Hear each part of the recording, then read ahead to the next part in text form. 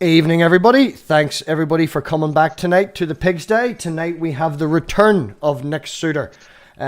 He was here before as a very nice man. He pulled me out of a hole. We had a guest cancel on me, so we only got Nick. I think it was only, 30 minutes, 40 minutes you were here last time, Nick. It was a wee quick one. So, welcome back to the Pigs Day. For all of those who don't know who you are, Nick, if you would just give a shout out for yourself and let them all know. Oh, okay. My name is Nick Souter. I am a author. I am a educator and a YouTuber. So I sort of jump around a lot. But I've written a couple books. I own and operate InTime, which is a news and culture program on YouTube. And oh God, what else am I doing right now? That's taking up 90% of my time right there. Yeah, InTime is your main focus at the minute now, I would say. Yes. No, absolutely. Yeah, it is really a news show, more so than, like a YouTube channel, I would say. I would refer to it as a news show. You're well set up. There's a nice production and stuff going on there. And you do portray the news. That is what your content is. It's like, look what Trump did. Look what this is happening. Oh, shit, the world's going to blow up. Here, just want to hear about it. Well, news and commentary. I mean, I think one thought that crossed my mind, and this is, I would say the low bar. We're not modeling ourselves after Glenn Beck, but if Glenn Beck can go on air and be reasonably credible, I was like, you know what, I can get together a bunch of smart people and we could do the same thing, do it better, do it more reliably, and do it on YouTube, which nobody's done before, and we can actually reach an audience that sometimes can't be reached by other sources. So it works out well. From a personal point of view, I don't have a TV license. I don't have any real TV. I do most of my, will be streaming. Not that I watch many TV shows, but when it comes to the news, I would watch the BBC YouTube channel or the CNN YouTube channel, and having that yourself like a news channel, it definitely is the way it's moving forward. TV is going to die very, very quickly, very soon, and it's just going to end. People will just move to the internet.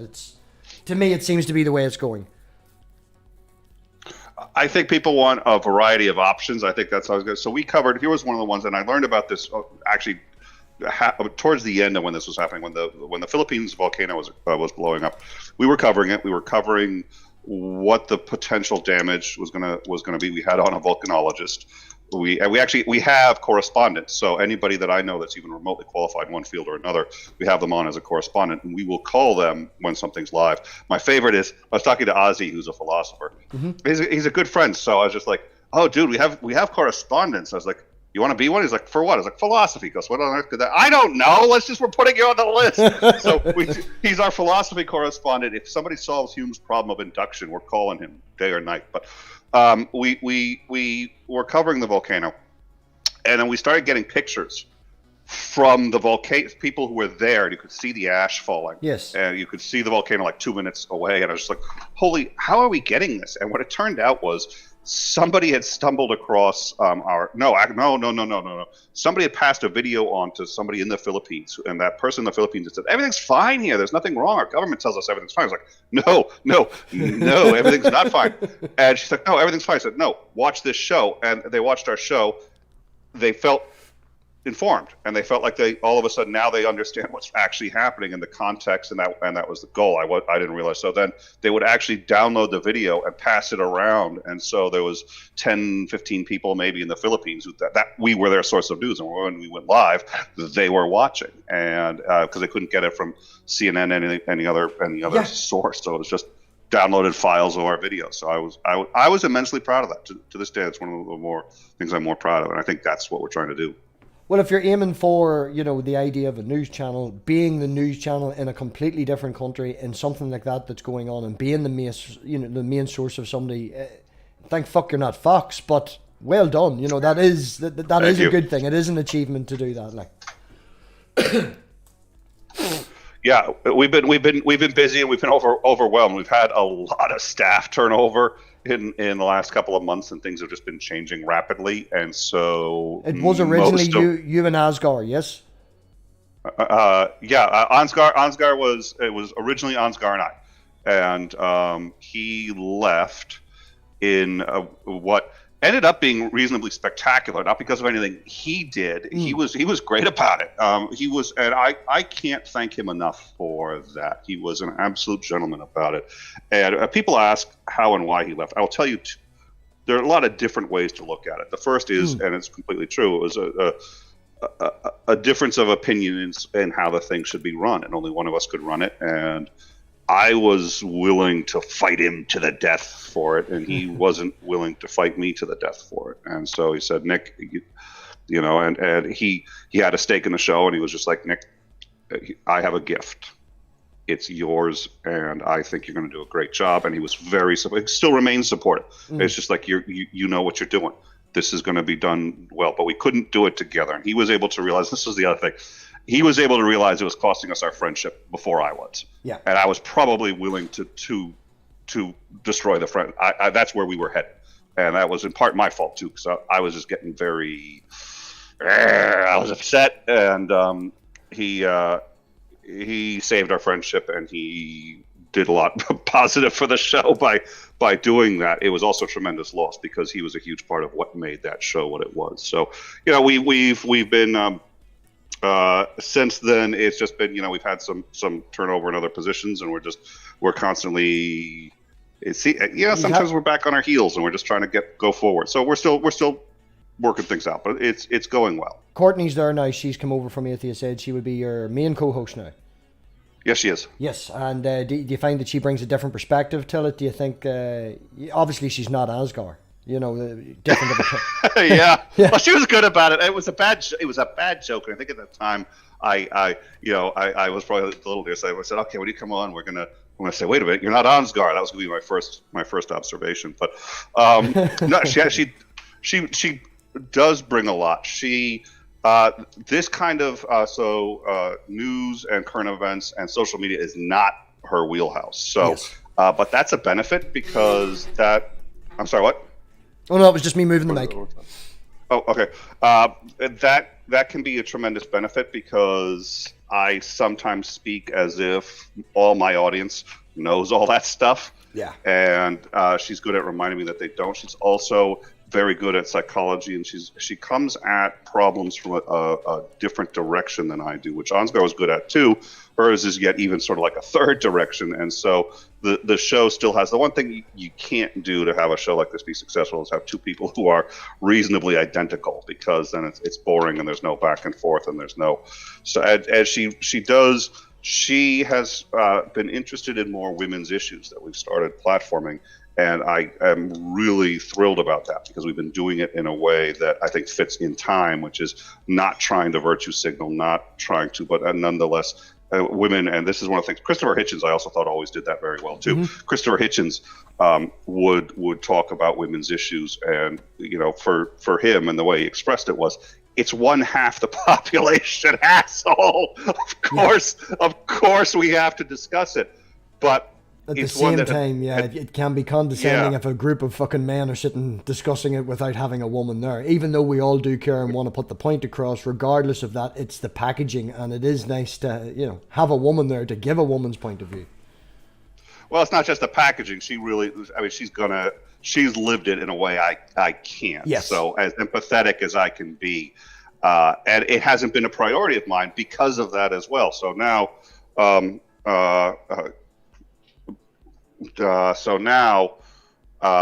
it's sort of like she brings that to the table. Ansgar had everybody's got priorities. Mm-hmm. I have priorities.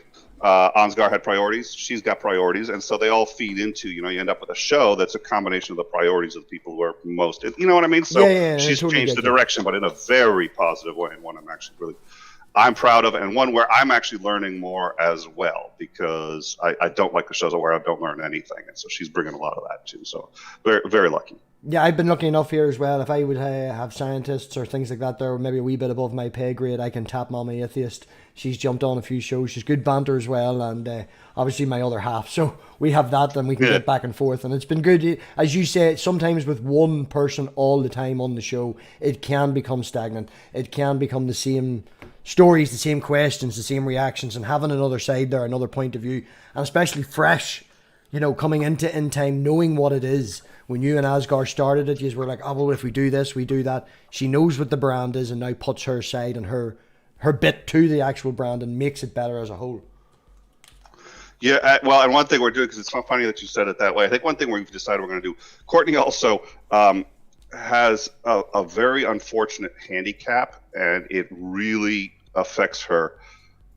She's employed, so she's not as available as I'd like. Ansgar and I used to do the breaking news together all the time, and she's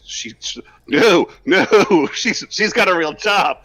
So it ends up, I'd like to get somebody else on the breaking news, and then there are certain stories that, again, she's unavailable or this or that. So we have been thinking about doing 2 or 3 guest hosts that would be regular, that would cycle out based on the topic and yada, yada, yada. So we plan on, and I was always against that idea because I felt Non Sequitur tried to do it, and there's a lot of blowback. I don't know whether they did a good job or not. I think it's hard to tell. So much other stuff there gets in the way of viewing it honestly. But I think we're gonna try to bring on a few other guest hosts. But yes, she is the co-host right now. Well, speaking of different ways and mentioning Non Sequitur, the interviews, you do interviews as well, and one of the quite recent ones that I'm sure everybody's on the tip of their tongue is the Kyle interview. Yes. What made you want to do it? Nothing. I didn't want to do it.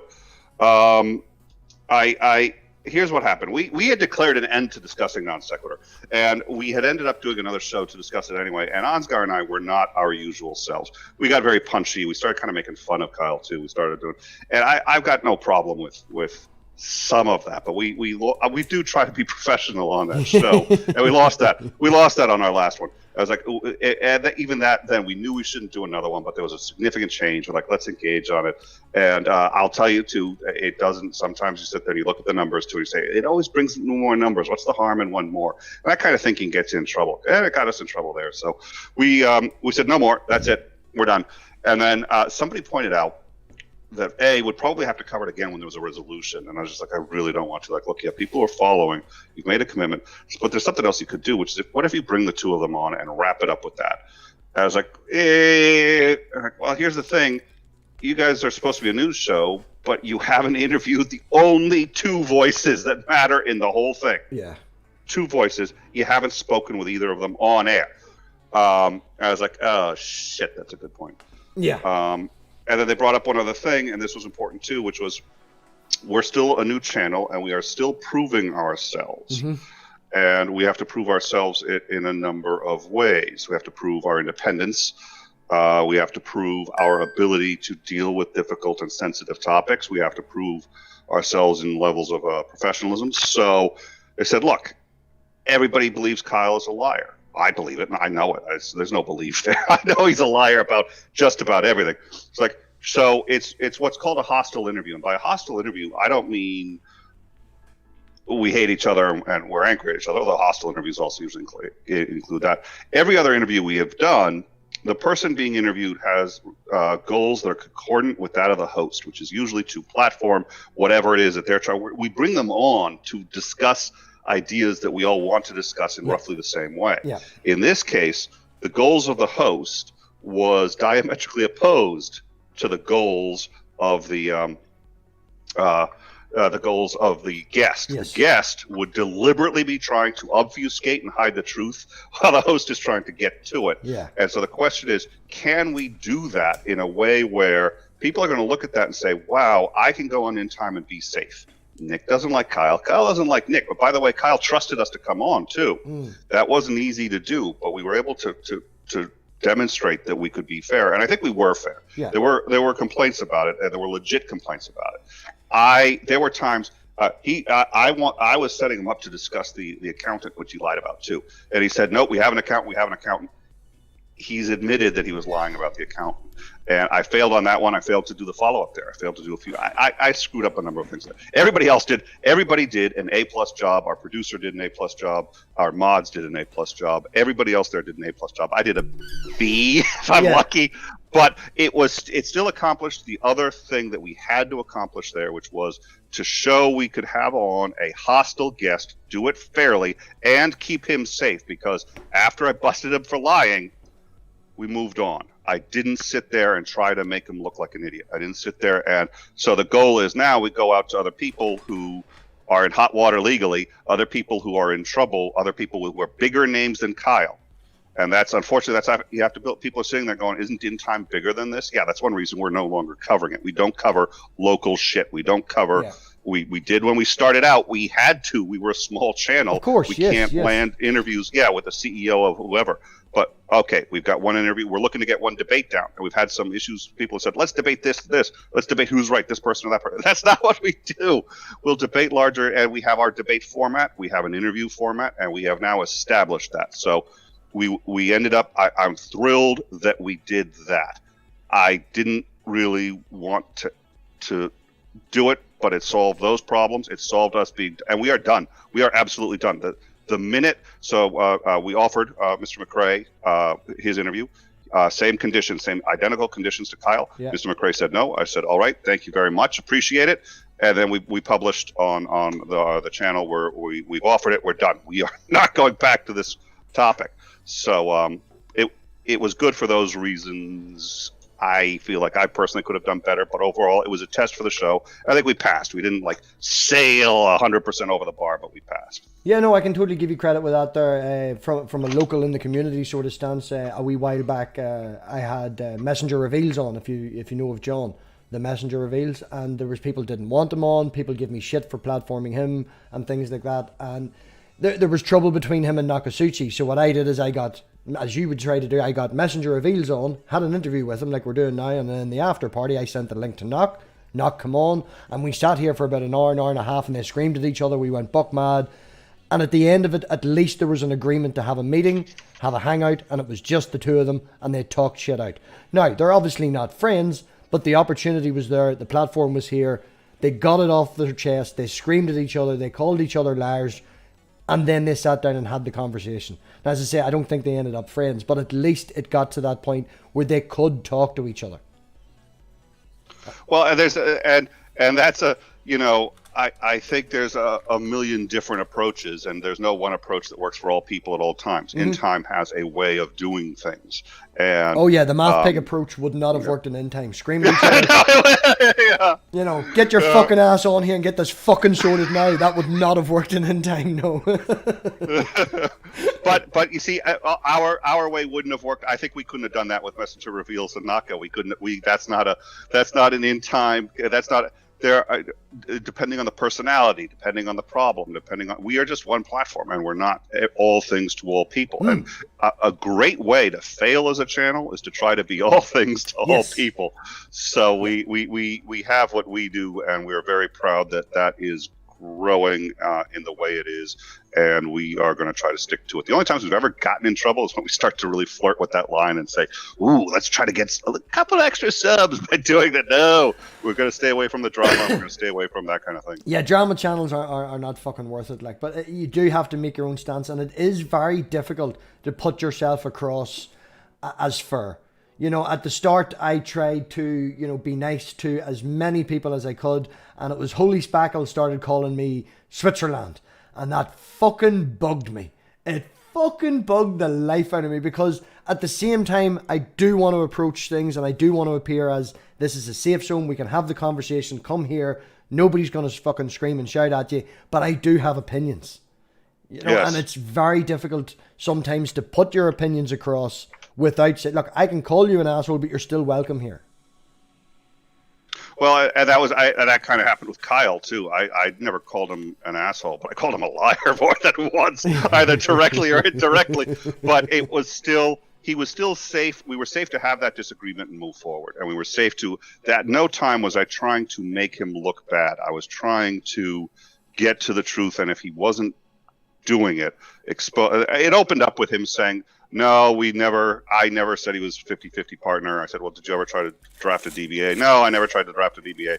Okay, here's the DBA you tried to draft. Here's your signature. Do you recall this? Well, no, I don't recall this. I was like, okay, well, here's how we know that this is you. Yeah. Well, gee, I'll have to look at my okay, fine. You know what I mean? But it's not, you know, if the audience gets the message, we move forward. Yes, that's the point. You know, you're trying to put yourself across as that, look, I've made the point. You all get it. There's no point in flogging a dead horse. There's no point in getting the pickaxes out and things like that. And that goes across with everything. You know, not just people in particular. You just have to be fair. You put the evidence out there and you let the audience decide for themselves. You try and come across, look, I have my opinion. You now are aware of my opinion. We're moving on.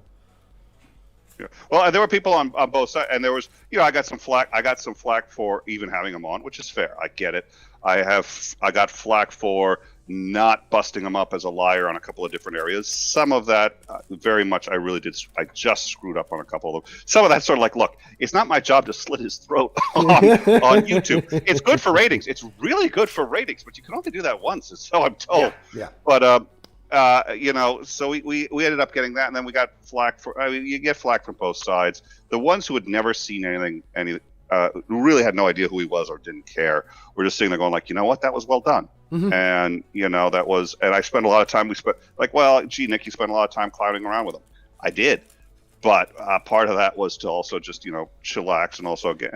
Yeah, your job there as a host is not only to ask questions and put the evidence across; it's to make the guest feel at ease so that they can do that. So having a wee bit of camaraderie and giving them a wee bit of rope does not mean that you're trying to save them. You can give them enough rope to hang themselves too. Which he did more than once. That was actually one other. And I know I'm beating a dead horse here, but yeah, you had said too about opinions, and I think one of the things we do on InTime is I give my opinion a lot, but I talk about the facts first, and then I say, okay, this is what I think they mean. This is what we at InTime think they mean, and those are two different distinctions, by the way. I don't always speak for InTime. Sometimes I'm just speaking for me, but you'll hear me differentiate, and I'll say, but these are the facts, and sometimes I'm right, sometimes we're right when we opine. So we're also a punditry show. So you said earlier, news. That's why I said it. Glenn Beck. I hate to say it. I mean. But we're a punditry show too, but we make very clear, these are the facts. This is what we know. Now let's take that and see what can we extrapolate. What do we think is going on? And I think we have a spectacular record with that. We've been wrong on occasion, but in general, we're right far more often than we're wrong. Well, moving forward, the channel as it stands, are you going to do more interviews with people? Are you trying to reach out to maybe people in the fields or things like that? Are you going to stick with the news, or have you anybody lined up that you're really looking forward to? We've got Sygart. I think we're going to shoot for next week on him. I haven't gotten back to him. Sygart, we are going to have on for his conversion story. We've never actually done a conversion story. We did the deconversion of Aaron Ra, deconversion of Jim Majors, a number of deconversion stories. He's got a conversion story. He used to be an atheist. Now he believes. So we're going to have him on for that. Matt Dillahunty has tentatively agreed to come on, but we've bantied around a couple of topics. We want to actually discuss debates. I do debates. I enjoy debates. He does debates. He had the legendary with Side 10 Brute game, one of the best. Just changed the bar for debate openings on that one. It wasn't his opening, it was his rebuttal, but it was the pre-written one. It was like, what are you doing pre-writing your rebuttal? What kind of clown does that? And then all of a sudden, bam. Yeah, it's a script, It's a lot of people like that. I fucking hate people like that on the internet with their fucking scripts. Well, so he was... let me correct you. I think Matt Dillahunty was in that. Oh no, I understand what you mean. The reason he could write his is because size is on a script, not picking on Matt. Oh yeah. Oh yes. Yeah. Okay. Yes, and that's what. Yeah. Okay. Sorry, I misunderstood. Yeah. Yeah. So we got that. We do want to start doing debates. We just haven't found a debate that is, in fact, in our wheelhouse. We've been offered a few. We've been offered a few big ones. Most of it's drama. It's like, oh, we could get 10,000 views in one thing. Okay, fine, but they're not the views we want. It damages our credibility. So we're trying to get debates that are in our wheelhouse. We're trying to get more hostile interviews. We haven't gotten. We've had one or two that we've been looking at that we're hoping to get, but that's it. So we do the breaking news, and that's just about any time. Again, now, since it's only me doing the breaking news and not Ansgar and I, we do a lot less of that. It used to be when Iran attacked the green zone in Iraq. We found, first of all, we have a whole bunch of people, and people come to our Discord. We have a news channel on our Discord. They drop it in, but we also have a number of sources we trust who can get a hold of us directly.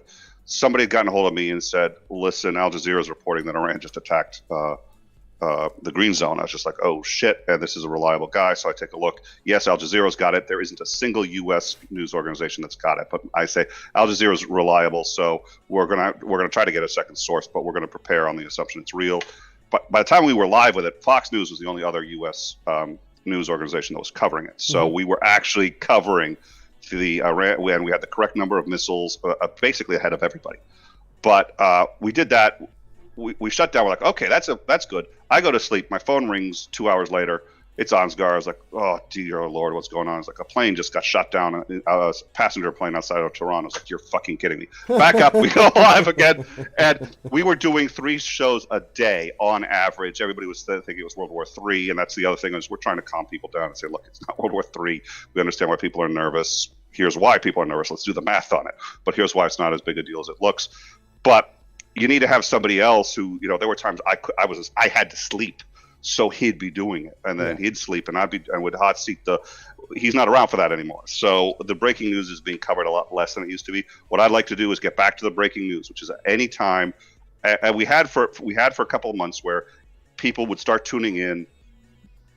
As soon as there's breaking news, people would actually say, "Oh, I'm going to go see this on InTime," because they'll have it and they'll have it right. I'd like to get back to that. I would like to get back to the 2 shows a week schedule, which we've been down from.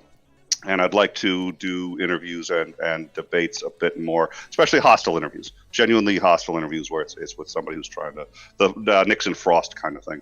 So that's what I'd like to be doing more of. And we're close, but we're just not quite. There's still too much sort of organizational stuff that has to be done. I like we had one here a couple of weeks ago, Sunday, a week ago, where we had a Christian on and back and forth. And I do like having interviews with people that disagree with you. And being in this, the atheist sort of community and all that, the Christians don't want to come on no more, And it's not that they get afraid or anything like that. I wouldn't go so far as that, but the conversations are good. They're better to have. As you say, the hostile interviews are a lot more.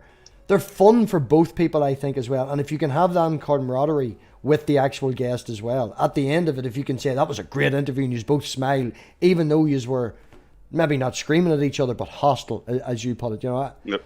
Yeah, I prefer heated discussions over debates. That's the way I would put it. Debates is very formal. You have your back and forth, but a nice, good, heated conversation is very enjoyable. I agree. Our debate format is actually slightly different too. Our debate format is reasonably well moderated. So there's in our debate format, which is when I was doing moderation for modern day debates. This was how I did it. There would be people who say, "Oh shit, Nick's here. I'm not going to watch. I hate how he moderates," and people would fail. Yeah. But my job as a moderator, I figure, is 2 things. The first thing is to ensure that the rules are being followed and everybody is treating each other with respect and keep everything online. The other thing is to help facilitate communication between both sides. Mm-hmm. And the reason for that is because, I agree, there are people who actually want to see people talking past each other and yelling and they want to see the dumpster fire. That's not what I want to moderate. So what I will do is if I can understand the difference between where 2 sides are looking at it, I will steel man one side to the other and say, I believe this is what he's trying to say. I believe this is his position. People are like, why is the moderator going in and interjecting? It's like, I'm not giving my position. I'm just saying this is what I think he's trying to say. And then usually they'll agree with me and say, yeah, Nick got that right. Then I'll do that. And that's not, I don't do that half for one side, half for the other. I do it wherever the sticking points are. If people are talking past each other, there's no progress. And the mod should step in and say, wait, let's make sure everybody's clear. Mm-hmm. Then they can continue. But when people aren't clear, So I've done that myself, interjected in the middle of a conversation and went, look, Axe is trying to say this, because I've maybe known this person or know what they're trying to say or can understand it in a different point of view, you then try and convey it to why so that the conversation can continue. And if they still after that don't, you need to again step in and go, right, going in circles, going to gain nothing here, moving on, as I would say, Yep. Yep. I have that on a Thursday with Richard when we're going through the Epic of Gilgamesh, and he'll say something that completely blows my mind, and it's like, what? What did you just say? And then after a while, it's just moving on, and everybody in the chat's now got a fucking drinking game with it, like. Oh, jeez. So, Richard Carrier, or was Madsen. It someone? Oh, okay. Yeah. So, that says it all. If you haven't had the pleasure yet, Nick. Oh, I should. Well, and that's the other thing is we're really trying to. We haven't had, InTime sort of at what it was at the height and probably doing the best it was. There was basically 5 people, 3 of whom were working full time on it. Now we're down to less than half that, and I'm the only one who's really working full time on it. So we don't have as much time for booking guests and stuff like that. But we're gonna.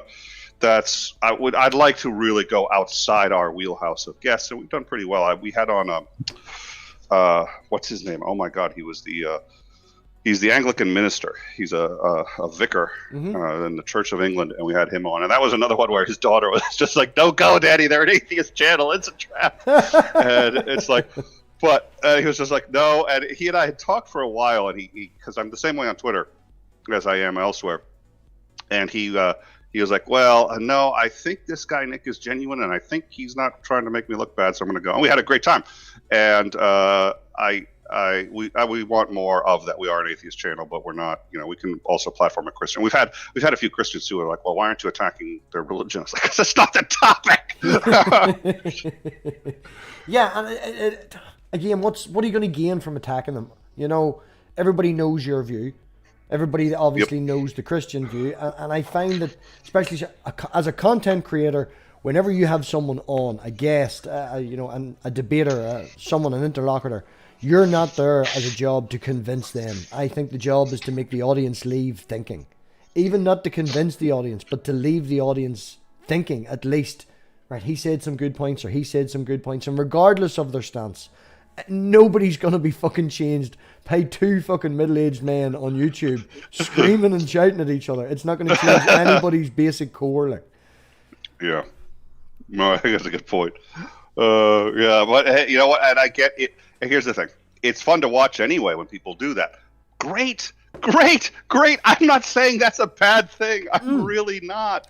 I'm saying that's not what we do. There's a reason. And we're a different brand. That's it. If you want to go see that, go. There are plenty of great channels to do that. That's another problem, is there are plenty of great channels to do that. How many channels are there that really sit down and digest the news and do it well? So that's what we do. Yeah, that's what I was saying to you at the very, very start. It's hard to put you in the classification of a YouTube channel, because when someone says, "Oh, I have a YouTube channel," how many cats have you got? Courtney does. That's what we make fun of that, because Courtney's cat's always coming on. It's like, really, and we make fun of it for actually partly that reason. It's just like, okay, and the production values of the show, and it's actually, I like it. I think it's a great gag, but it really is to this. That's precisely why too. It's like, and we've just become every other YouTube channel where platforming our cats. Yeah, no, well, we recently, me and Amanda and Dave and Sal have been working on a channel, and we called it the non-community. The idea is to try and bring everybody together, and work from that.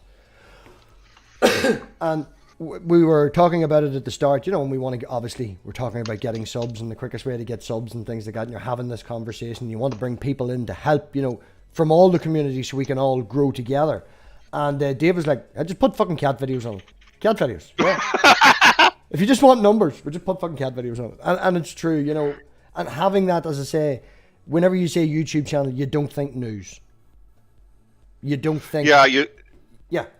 Go on ahead. Yeah, it leads to a credibility issue. And we're also working on that, because we do stream to Facebook, Periscope, and we're trying to broaden up. We're actually maybe going to dial that back for any number of reasons. But Here's the thing. We're doing stories on. That's actually also how the Kyle interview came up, because it dovetailed with what we were doing, which is stories on YouTube and some of the unique intricacies of how YouTube works. Because it's so easy to start a YouTube channel, and all of a sudden you're in business, even if you're 4 high school kids who are just streaming, playing Fortnite and Minecraft. Yeah. But here's the other thing we were covering, and so the top 10 earners on YouTube, making, if I recall, a combined $42 million. For the top 10 earners, combined $42 million. The top one made $21 million last year, and it's a kid, 8 years old, doing unboxing videos, just opening stuff up to music, and that's it. And then he puts that down, opens up something else, puts that down, opens that up. And my kids used to watch that 4 or 5 years ago. But so people say, "Oh, you're doing YouTube. Are you making any money?" I was like, "Oh, I'm not making 8-year-old money." But okay, so I'm getting my ass handed to me by an 8-year-old. It's just like, it is what it is, but it's a different medium. You see, that's the thing. When you say YouTube, it is above a certain generation probably wouldn't watch it unless somebody said, "Have you seen this video?" They will go on and they'll specifically watch that video. A lot of them don't even, haven't even got accounts. They just specifically watch that one thing, or go on to, oh right, I need to fix my fucking light in the roof, a how-to video, things like that. You know, they're very, very good for that. But I think having a platform like this, whether it continues on YouTube or not, the interactivity and the live streaming, especially with a news channel, you've somebody that you reached out to, if they had the ability to watch that live, they could be like, right man, I'm this town, I need to do this. What information can you give me? And you can directly interact with them. I know that a lot of shows now use Twitter, but fuck Twitter. That's Yes, amen, amen. I'm on board with that. Fuck Twitter. You know, we were discussing just before we come on. You mentioned about how Twitter's laid out, and your opinions of the way that it's laid out and how it leads to certain things. Well, the problem is, okay, if a platform is going to be unique, it has to have a gimmick of some kind. And it can be tempting to break that gimmick, but that's when it fails. That's why I said if you try to be all things to all people, you're nothing to anybody. So Twitter's is the character limit. That actually works great. That's spectacular. But what ended up happening was Twitter became so powerful, people went on to have legit discussions on Twitter. You can't have a legit discussion with that character limit.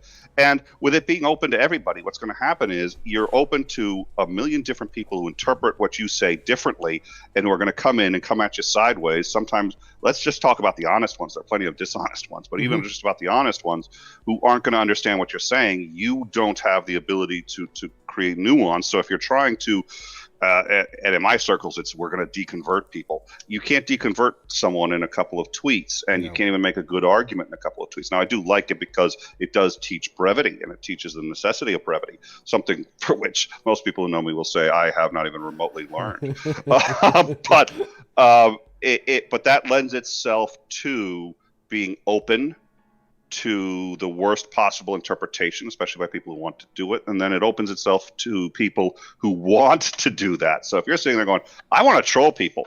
Well, it's harder to troll people on Facebook because they can really make sure they're being clear and saying what it's easier to troll people on Twitter, much easier. So if you want to, so if you want to troll people, you go to Twitter. So Twitter attracts the trolls based on how the platform is, and it's become a cesspool.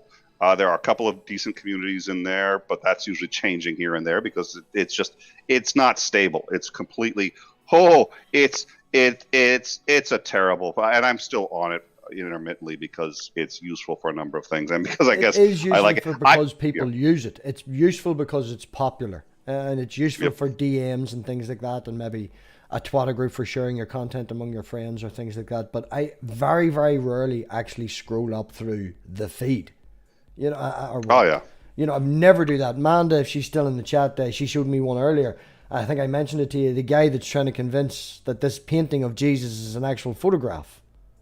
Oh God! Like, what do you do there? Troll or quit? You know, I think somebody put their comments for the thread through. I didn't even know this existed. Like a website that'll check if this is a bot. And it came back with a 68% rating. Oh God! It reminds me. I saw a video once, and it's like cavemen. It was an educational like nature video. It was like cavemen used to do this. You can see two cavemen. One man, one woman. They've got the spear, and they're going. And somebody was like, "Wow, I wonder if those are real cavemen." Oh my God! This is the stupidity. I think it was last year or the year before I read a study that 1/3 of Americans think that chocolate milk comes from brown cows. A large percentage of Americans don't think that Finland exists. It's been made up to prove all this secularness because it's always at the top of the charts. Best living, best education and all that. This is insane. Well, we're now down to at least below half who think half of Americans who think that who believe in young Earth creationism and who think that evolution isn't true. But this country has always been because we've always had. I mean, we've got Puritan roots, so we do believe very, very strongly in these sort of literal interpretations of the Bible. So people start thinking, and we're one of the only countries in the world that does that. Even Italy, which is the most religious country on the planet for the most part, because Vatican is there. And they love Jesus over there, and they're sitting there going, "You fuckers think that the Earth is 10,000 years old just because that's what the Bible suggests?" Man, I did not know that young Earth creationism was actually real. I knew of it, thought it was like a myth, like the unicorn. People can't be that stupid. And then I come onto the internet in 2018 and it's like, oh, fuck me. What's America like? Holy shit. Go to Pew Research and check out the numbers. They are bad. They are very bad. The literal interpretation of the Bible numbers are just bad. And education in this country is god fucking awful.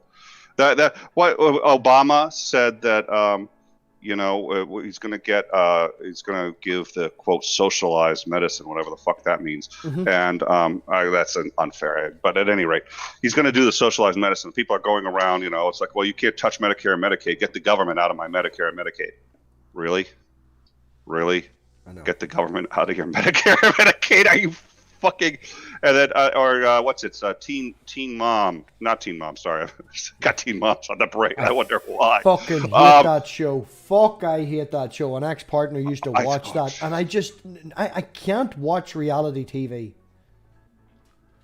Yeah. Was there ever any reality TV? There's got to be a reality TV show I like, but I can't think of. But I wasn't thinking. It was the Miss America pageant.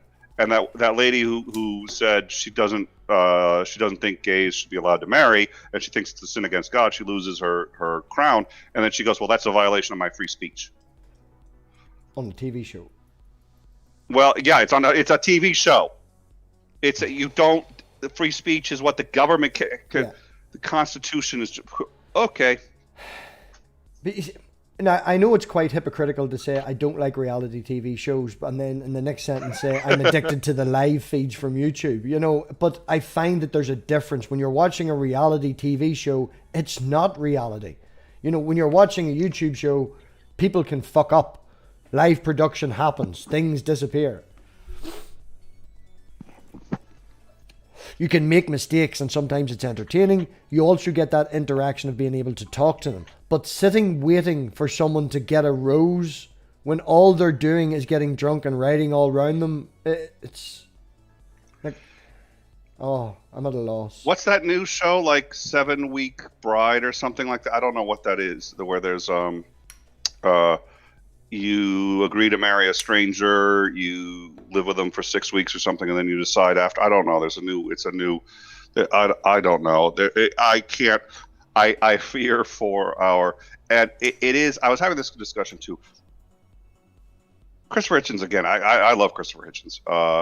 Said when you see a car wreck, it's not there but for the grace of God go I, but oftentimes it's there by the grace of God go he.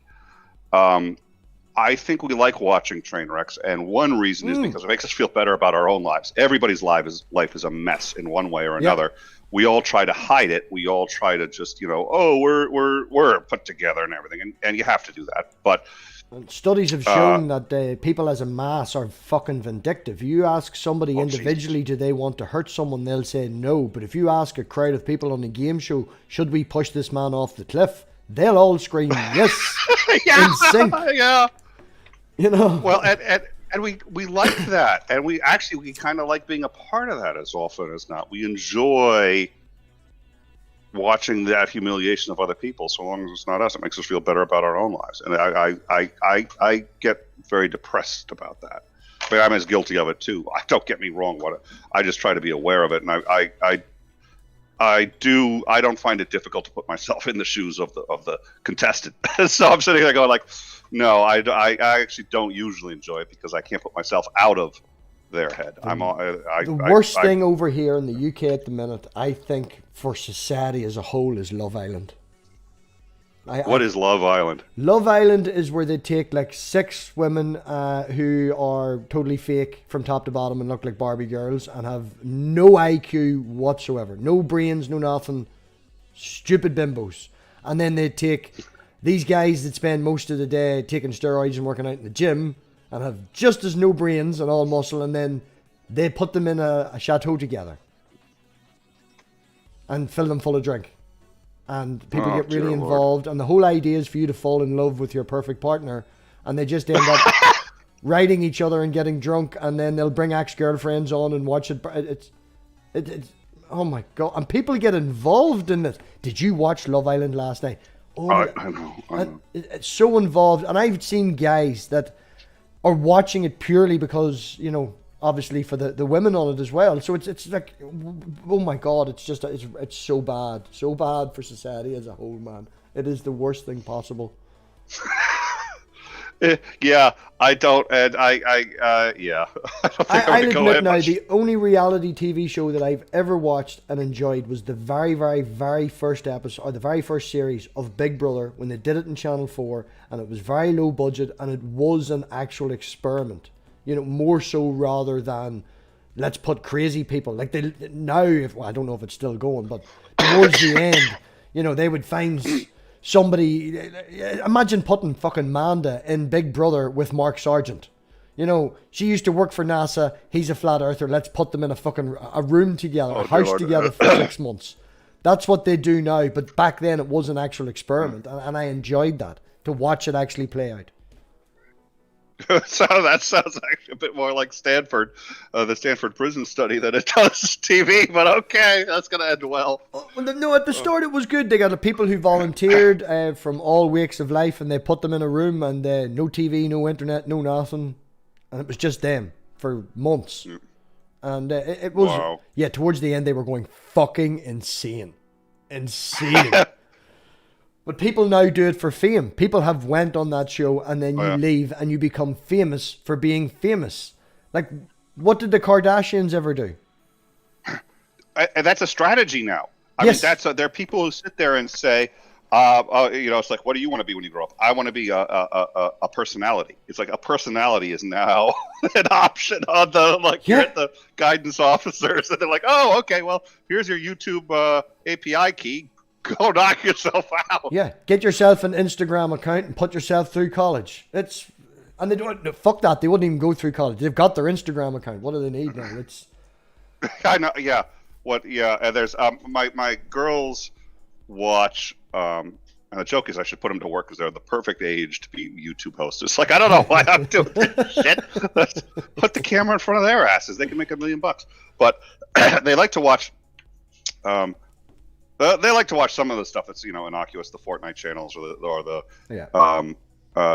what is it, the Minecraft ones. But they do like a few of the real personalities that it's, you know, some guy flexing all day and he's doing, you know, he takes off his shirt, he's dancing on top of a Ferrari. I made this with my YouTube money. I'm not kidding. I think that's the lyrics of the song.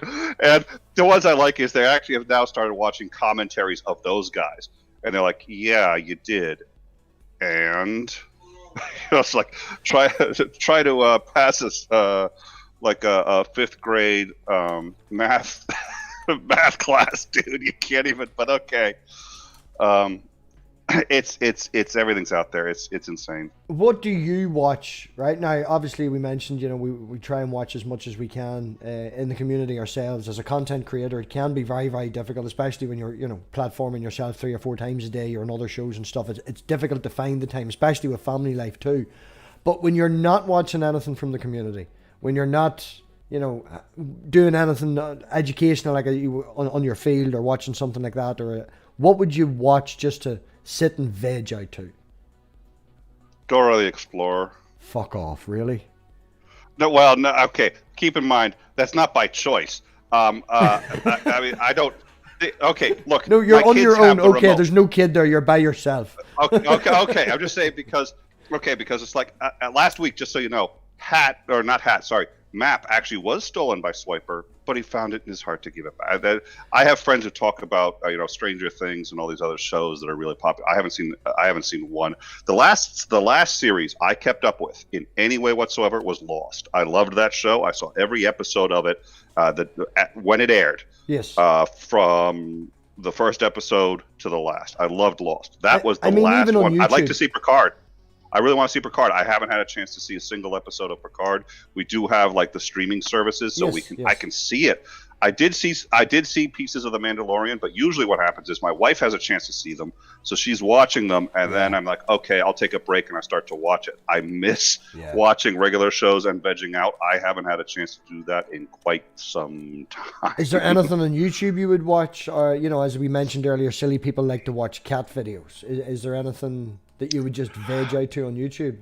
In the field of a YouTube channel. I will say this is all joking aside. Actually, I do like some of those Minecraft videos. Some of the ones where they get creative and they're just having a good time. And there was one Hermitcraft, and I have a buddy of mine who actually I make fun of him for watching Minecraft videos, and then I've been watching a lot because I have to because my daughter's watching them.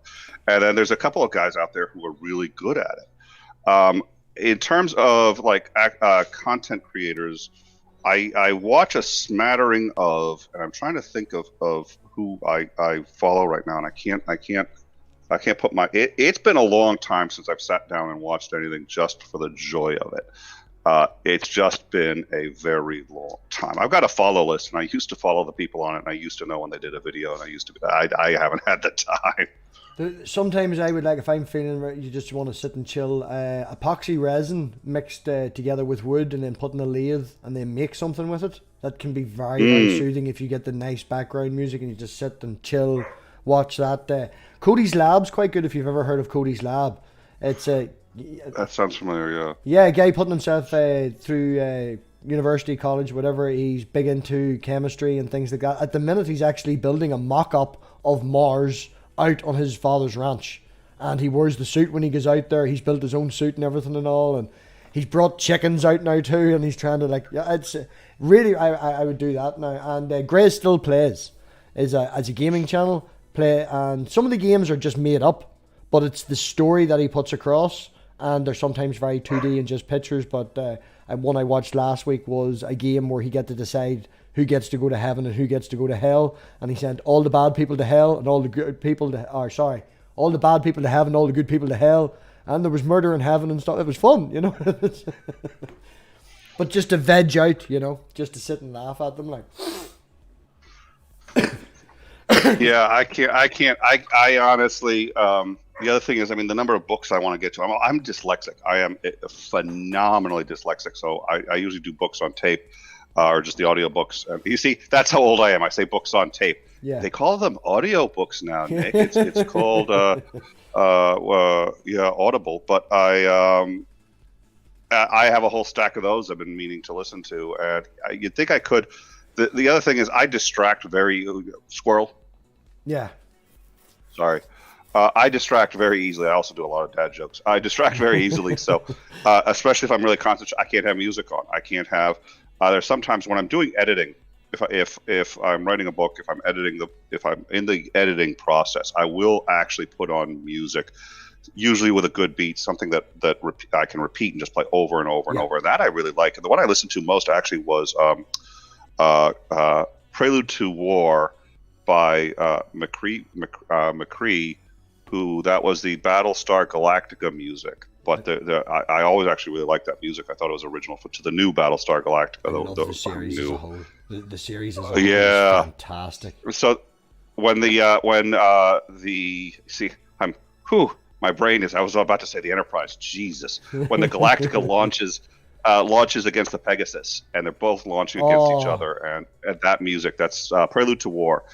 You can get that on the soundtrack. That is and I will listen to that. My wife is just like, "Can you do headphones, please?" So it's just like, no. I like the scene at the end where they get into the area where they can't. That one particular when you get in, it's fully guarded and it's the Galactic. Oh yeah. That scene is just fucking intense. It's a great show. It is a great show. It was.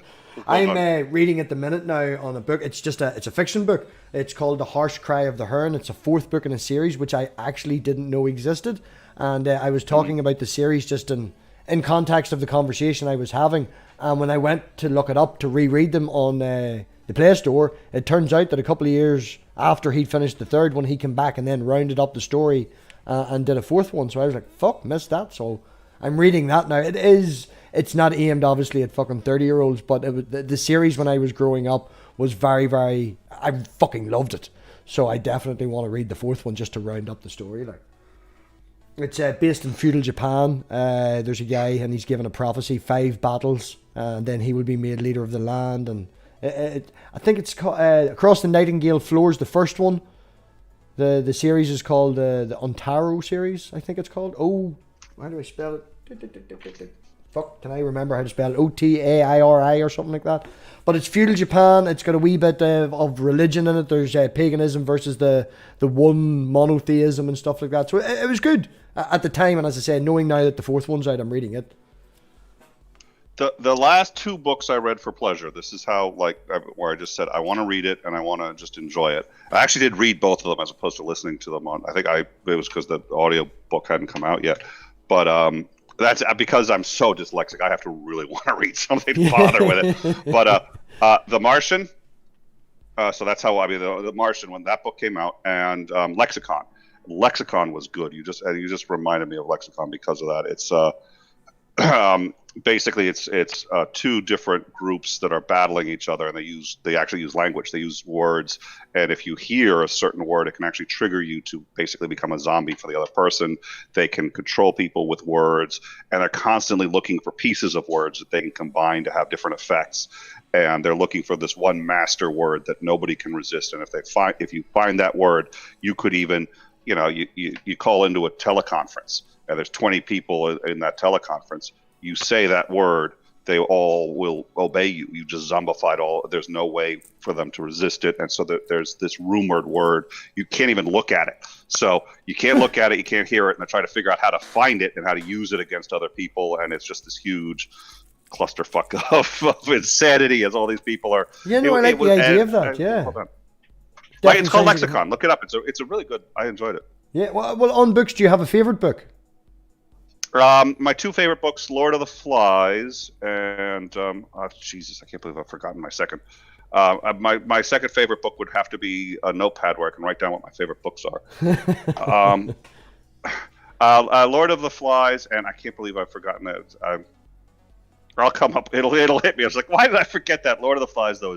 I always recommend Stone Junction by Jim Dodge. A very, very good book based on a woman gets pregnant, a young girl gets pregnant, she goes on the run, and she ends up working for this organization. She lives out in the middle of nowhere, but when people come by, and outlaws, and they're on the run for the law for this organization, she feeds them and puts them up and stuff, and she ends up in this organization, but she dies when her son is at a young age. He then gets taken in by the organization, and it's his life story from him at a young age until he grows right up to the very end. And the way they teach him is they'll send him to a master. They'll send him to a master of disguise.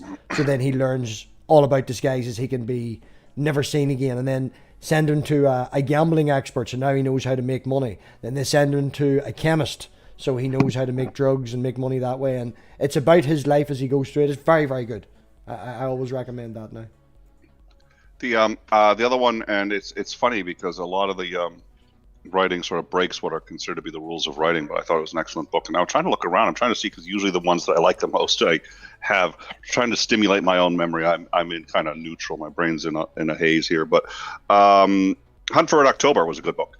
The movie wasn't bad, but I mean the way the book was done, it was just this. You don't know, this guy's the greatest nuclear arsenal has basically been put on a submarine. Yes. And all of a sudden it goes dark and you have no idea what's going on. Either he's going dark because he wants to attack the U.S. and wipe it out, or it's going dark because he wants to defect to the U.S. And it's like, oh, we got a problem. I thoroughly enjoyed the movie. I would rewatch the movie. It was very good. And strangely, as you said, The Martian, I noticed it was on Netflix like 2 weeks ago, and then was trying to make time up until the other day, and even in the middle of it I had to fucking leave, as you say, trying to get time to sit and watch something. But I was thoroughly looking forward to that and actually sat down and enjoyed it. It's a good movie. Now, I haven't read the book, but if the books are always better than the movie, then the book would be very, very good. Yeah, the book was better than the books. Aren't always better than the movie. My wife hated the Harry Potter books. The first Harry Potter book was good, but here's what happens, and this is just a thing of writing. The first published book, not necessarily the first written one, but the first published book, it's referred to as the breakout novel, is almost always their best. Dan Brown, that's a great example of. But there's a number of reasons for that. But the most obvious reason is this: you're constantly editing it.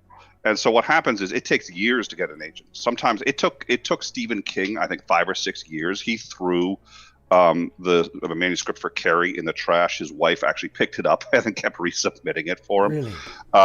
Yeah.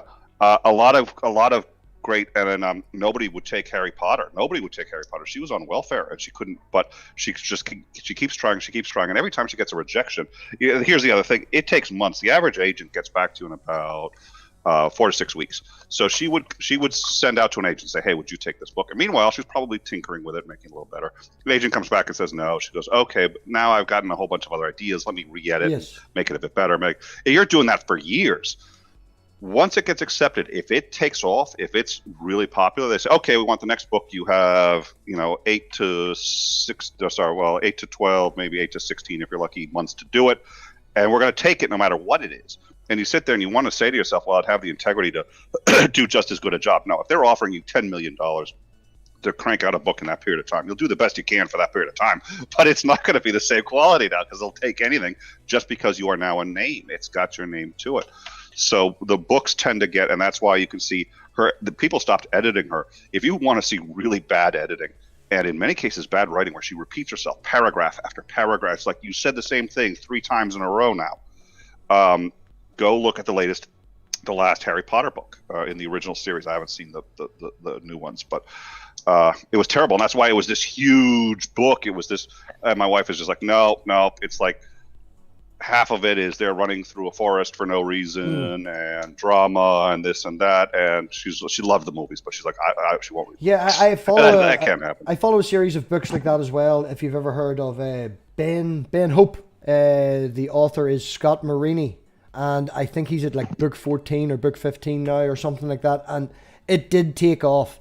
And at the start, when he was maybe 3 or 4 books in, he also was writing a slightly another fictional set, which was, I know, don't fucking laugh at me here, but there was vampires in it and it was a whole different, it was a good book. He did 2 of them, thoroughly enjoyed it.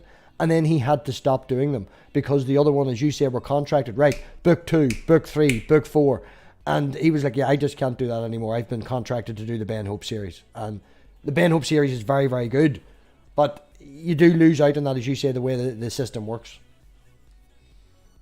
Yeah, and I mean, it just is, it's, capitalism's important. It makes better cornflakes and softer toilet paper, but it does tank art.